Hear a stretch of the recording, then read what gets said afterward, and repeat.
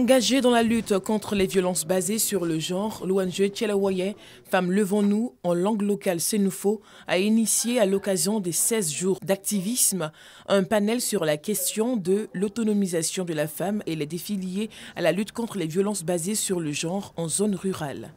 Les débats ont été animés par des professionnels des médias, d'action sociale et de justice spécialisés en politique du genre. Le thème a été traité en 4 sous-thèmes que sont les violences basées sur le genre et autonomisation de la femme, défis d'une organisation engagée en zone rurale, rôle et contribution des médias dans la lutte contre les violences basées sur le genre et enfin, secret pour réussir un financement. Battre une femme, violer une femme, harceler une femme, priver une femme d'opportunités, empêcher une femme d'aller de travailler, ce sont des choses qui tombent sous le coup de la loi pénale. Malheureusement, ce sont des choses qui sont devenues banales et il était important donc de rappeler cela.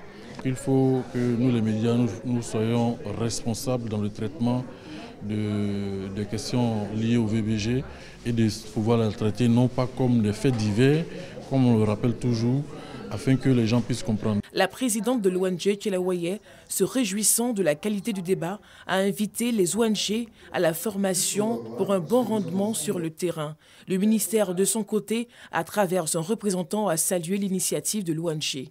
Il se trouve que la population n'a pas forcément toutes les informations. On a vu même qu'il y a des ONG qui sont sur le terrain, qui travaillent depuis un bon moment sur le terrain, qui militent en faveur des violences basées sur le genre, mais il y a des éléments qui nous manquent encore. Vous avez vu les intervenants, la majorité c'est des responsables, des leaders d'organisation, mais ils n'ont pas encore toute l'information. Donc imaginez-vous, et les personnes qui ne sont pas membres d'organisation, et ces personnes qui sont en zone rurale, ces femmes qui sont exposées en zone rurale, ces hommes qui sont en zone rurale, qui ne savent même pas les contours de ce que c'est que les violences basées sur le genre. Il y a encore du travail à faire, à l'intérieur du pays surtout, en zone rurale. Passer ces 7 jours, on ne se limite pas uniquement à ces 16 jours, mais que durant toute l'année 2022 qui vient, il faudrait qu'une offensive soit menée afin que des initiatives soient menées dans ce sens-là.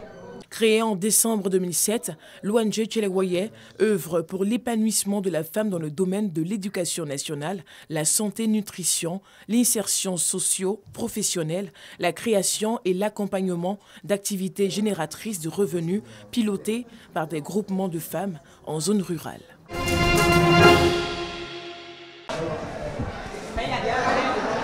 Avec des pinceaux pour certains et balais pour d'autres, les élèves du lycée classique d'Abidjan sont à la tâche pour embellir leur établissement. Nous sommes à la journée associative du concours de propreté, édition 2021-2022, avec pour terme « Soyons des citoyens responsables pour une école de qualité ». Vous savez que l'école doit s'inscrire dans le milieu. Nous sommes à l'orée de 2022. Tout le monde sait qu'à la maison, chez les parents des élèves, ils vont décorer la maison, ils vont se préparer à rentrer en 2022. Donc pour les enfants aussi, on a inculqué ce savoir-faire. Qu'est-ce qu'il faut pour rentrer en 2022? Et ces enfants passent 9 mois dans une salle de classe. Ils ont décidé donc de peindre leur salle de classe, de remettre leur salle de classe à neuf pour rentrer en 2022. J'estime que c'est une occasion d'expérimenter un peu ce qu'ils apprennent.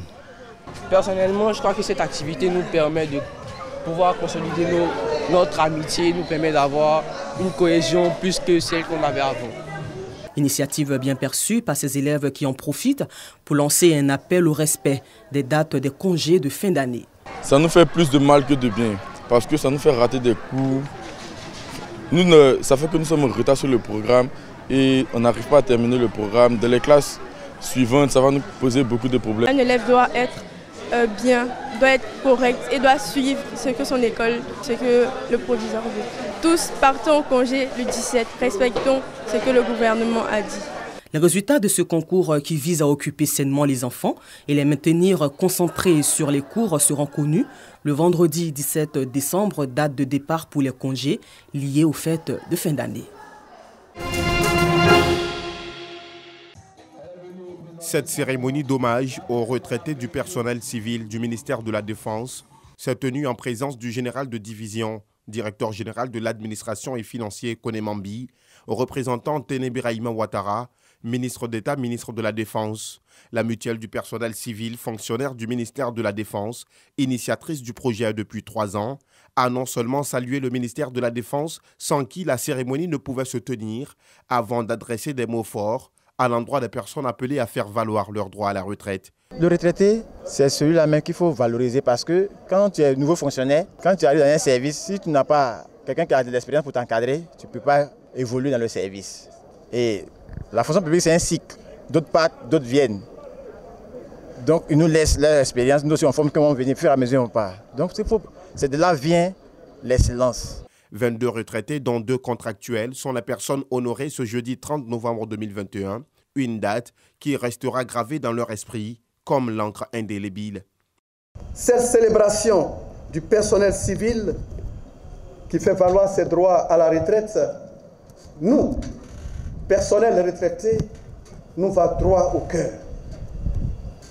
Cette célébration nous touche d'autant plus que nous n'espérions même pas être ici aujourd'hui. Après la retraite, c'est fini, nous serions des oubliés. Pour le représentant du ministre d'État, ministre de la Défense, l'événement du jour en hommage aux anciens a sa raison d'être, avant d'ajouter. La décoration pour marquer la satisfaction de l'État de Côte d'Ivoire, qui est très heureux des services loyaux que vous avez rendus durant vos périodes d'activité. Et c'est une manière pour l'État d'être reconnaissant à vos services que vous serez décoré ce jour. Surtout lorsque l'on va à la retraite dans la santé. Je voudrais donc vous dire toutes mes félicitations et bravo pour être arrivé au bout de l'aventure en bonne santé. C'est une grâce de Dieu. En marge de cette cérémonie, 43 personnes encore en activité ont été distinguées et encouragées à marcher dans les pas des anciens qui se sont donnés corps et âme à servir la nation. La prestigieuse école militaire préparatoire technique de Bingerville a connu une ambiance de grand jour à l'occasion des journées sportives des anciens enfants de troupe. Plusieurs promotions étaient du rendez-vous de cette première édition, dont le coup d'envoi a été donné par les très anciens de l'EMPT, dont le général de corps d'armée, Lassina Doumbia, chef d'état-major général des armées, par ailleurs représentant le ministre d'État, ministre de la Défense. Les retrouvailles consolident toujours mieux les amitiés.